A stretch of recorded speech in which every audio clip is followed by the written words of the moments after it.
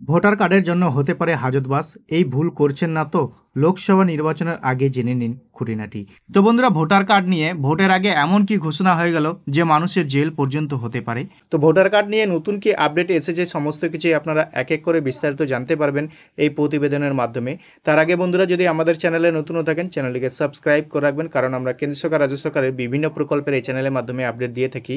তো চলুন বন্ধুরা, ভিডিওটাকে শুরু করা যায়। এখানে হচ্ছে ভোটার আইডি কার্ড ভারতের নাগরিকদের ভোটদান করার অধিকার দেয়, কিন্তু একটি ভুলের কারণেই এই ভোটার কার্ড আপনাকে জেল পাঠাতে পারে।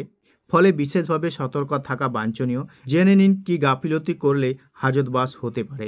বন্ধুরা, ভোটার কার্ড নিয়ে আপনারা কি ভুল করলে আপনাদের জেল পর্যন্ত হতে পারে, তারপরে নিচে দিকে দেখে নিব। ভোটার কার্ড থাকলেও লোকসভায় ভোটদান সম্ভব নয়। লোকসভা নির্বাচনে ভোটদানের জন্য একমাত্র গ্যারান্টি ভোটার কার্ড নয়। ভোটার কার্ড থাকলেই যে ভোটদান করা যাবে এমনটা নয়। গত 22শে জানুয়ারি লোকসভা নির্বাচনের ভোটার তালিকা প্রকাশ করেছেন নির্বাচন কমিশন। তাতে আপনার নাম না থাকলেও কি করবেন? ভোটদান করার জন্য আপনার নাম লোকসভা নির্বাচনে ভোটার তালিকায় বাধ্যতামূলক। অর্থাৎ আপনারা যে এই যে ওয়েবসাইটটি দেখতে পাচ্ছেন, এই ওয়েবসাইটে ক্লিক করে ভোটার তালিকায় নিজের নাম খুঁজে দেখা যাবে।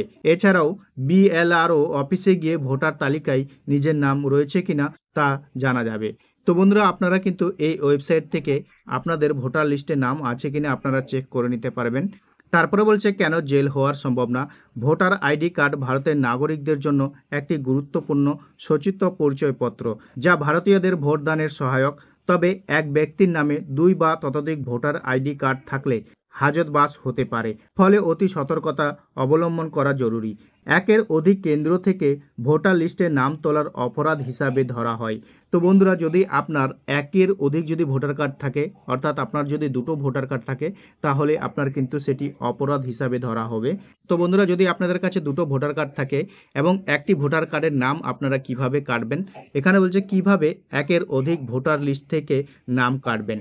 2 বা তার বেশি ভোটার কেন্দ্রের তালিকায় বংশভূত আপনার নাম থাকলে আজই তা কাটে ফেলুন। এর জন্য ফর্ম 7 পূরণ করতে হবে।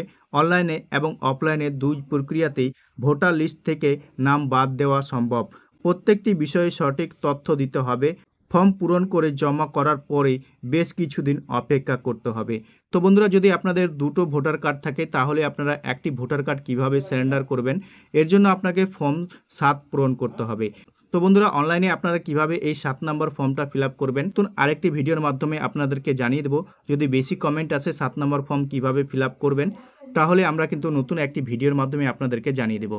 তো বন্ধুরা, এই ছিল ছোট্ট একটি আপডেট। ভিডিওটা কেমন লেগেছে কমেন্ট সেকশনে অবশ্যই কমেন্ট করবেন। আর ভিডিওটা যদি ভালো লেগে থাকে একটা লাইক করে বন্ধুদের সাথে বেশি বেশি করে শেয়ার করে দেবেন।